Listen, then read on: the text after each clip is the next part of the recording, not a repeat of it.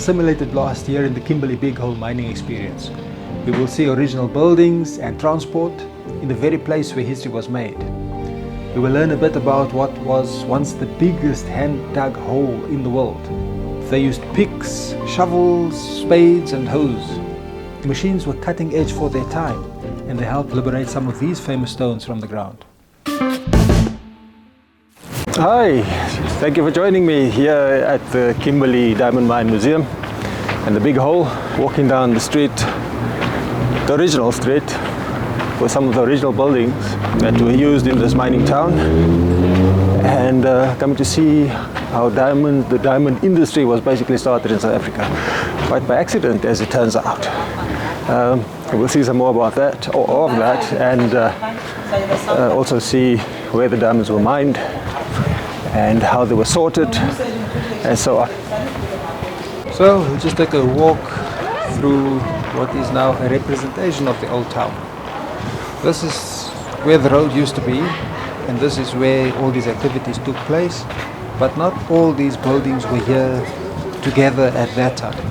So several of these buildings have been brought from other locations in the city, the original buildings, brought here to this street and then built or reconstructed here in this area.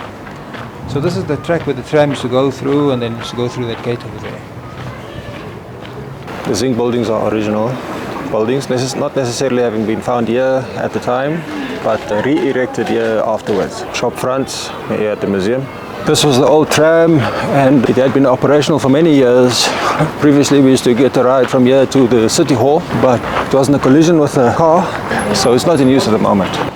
I have no idea about the provenance of the steam engine, but the carriage is a luxuriously customized Pullman sleeping car used by the De Beers directors of the time, including Cecil John Rhodes. It was assembled in 1898 and decommissioned in 1937, and has been parked here at this location since 1954. So this is what the dining room looks like. Difficult to see through the windows without a filter. This board essentially indicates that while they processed 22.5 million tons of ground, only 2.7 tons of diamonds were extracted.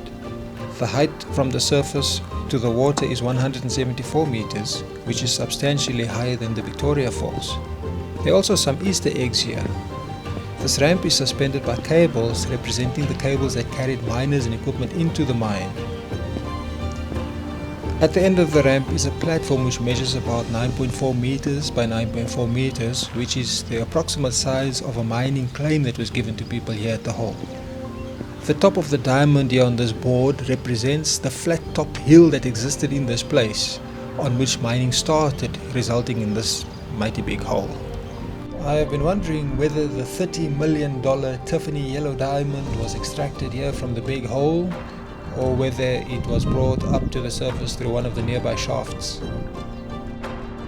So while I'm standing here on the edge of the big hole and waving my camera about, perhaps I should tell the story of how this hole came to be here. Now, in 1867, a 15-year-old schoolboy named Erasmus Jacobs picked up an extraordinary stone on a farm near Hopetown, which is about 120 kilometers from here. So he showed it to his father, and they didn't know what it was, and they then sold it to a neighboring farmer named Skalk van Niekerk, who then sent it away for testing, and it was confirmed to be a diamond. So this then was the Eureka diamond, and it was taken to the UK. It had been subsequently cut and polished and sold a few times. In 1967, De Beers bought this diamond back, and they donated it to the people of the Republic of South Africa. Now, that diamond is here in the museum, in the vault, and it is something that the public can view. In 1869, a shepherd picked up an even bigger diamond and sold it to Van Niekerk for 500 sheep, 10 oxen and a horse. And this became known as the Star of South Africa. So then they discovered diamonds here on the hill that existed before the hole was dug in 1871, and very quickly there were 900 claims, about the size 9.4 meters squared, the size of the platform here. Let's show you quickly. So more or less this size then, give or take, kind of like this. And they were right next to each other.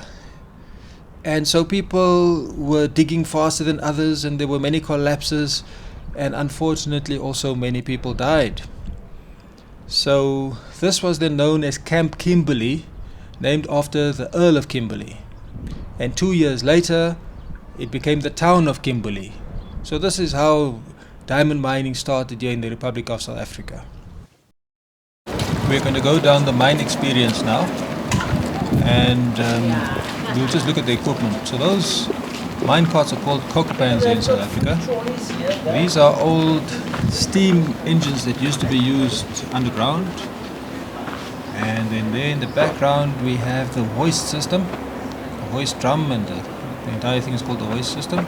So around the drum is the cable that connects to the head frame, and the cages under the head frame, which we use to move the people up and down. So there are 2 cages suspended from the head frame, and that is for people and ore.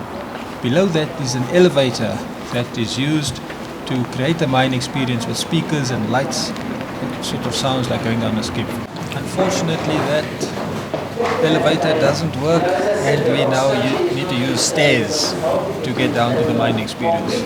Quite disappointing actually. It's been broken since COVID time, and that's 3 years ago. No one's fixed it. So all the brave people, get yourselves ready, activate your cell phones, put it on video, go to the wall and right hand side. Follow them as fast as you can, don't fall. I stay behind. If something goes wrong, I dash. Don't go fast, Gabber. That's it. Okay, against the wall, then right hand side.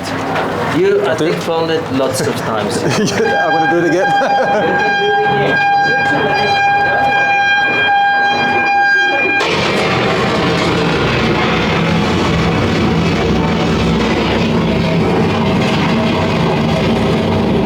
So at this point in the tour I was unable to do live commentary, so I'm just doing a voiceover. So the guide was telling us about how diamonds were formed over millions of years deep within the bowels of the earth under great pressure and great heat.